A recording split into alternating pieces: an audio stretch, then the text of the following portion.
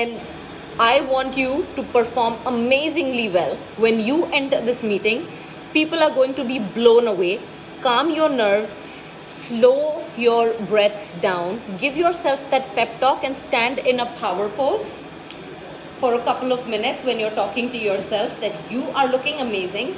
You know your presentation well. People are going to imagine the outcome of the meeting. What you imagine, the result, it turns out to be like that. The more you have doubts, the more you doubt yourself, the more the results will be impacted, because you're constantly now focusing on the negative. But if you start focusing on the positives, there is no option but for you to only believe that that is the outcome. And that happens everywhere. If you have great body language and you walk out thinking, people are going to love me when I walk down on the street in this outfit, even if somebody has any doubt looking at you, in your mind you'd be like, I'm looking amazing. And that's what you need to live with. You don't need to have any doubts in your mind about yourself. And the same thing with your presentations, with your meeting.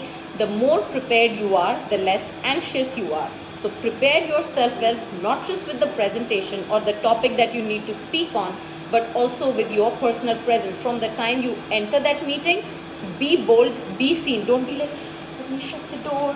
No, that's not you. You're going to enter, scan the room, smile at people, wish people, go and take your place wherever you need to sit down. If you need to stand up, stand positively, stand more confidently, facing the audience without any fear. And remember, for you, for now, it is going to be an act.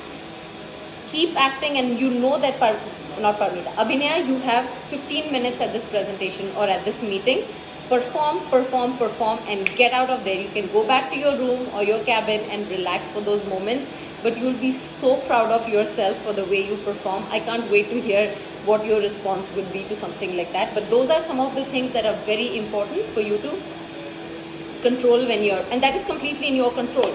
So start practicing some of the body language tips that we talked about. Maintain your eye contact. Even if it is your camera, maintain it with the camera. If you're not able to, if you're not comfortable with the camera, look away from the camera and do your presentation, and then judge yourself positively. Try to look for those points where you could critique yourself. Hey, this didn't sound very good. How come I don't know this about myself? All I'm doing is doing an introduction about myself. So you need to be a little bit more prepared on that. So those are some of the things that will help you. Some of the body language methods I showed you. And there's this one more thing I want you to try. So when you're standing, instead of just this pose, this could be your other pose. So this is another one where you would stand up, think of this.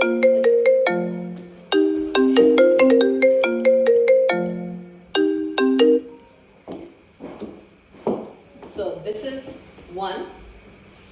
This is your two. Now if you could even rest. Now think about somebody talking, you're still listening. And a lot of people ask me this, if I look very confident or power pose, will people think I have attitude? No, you have to be humble. Of course you have attitude, but attitude doesn't have to be a bad attitude or wrong attitude or negative attitude. When you are humble, when you have that warm smile on your face, in your eyes, that same demeanor just becomes so much more inviting. That is why a lot of people walk up to me and start having a conversation.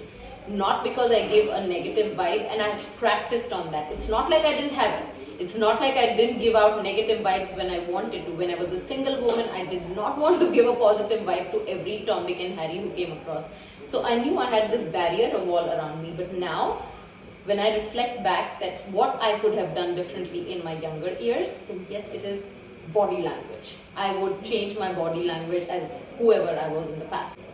So those are some of the poses. This, to give you more feminine, curvaceous feel, and you can keep changing it as you get tired. Just change your leg, relax. If you're getting enough rest when you're doing your presentation, always take support.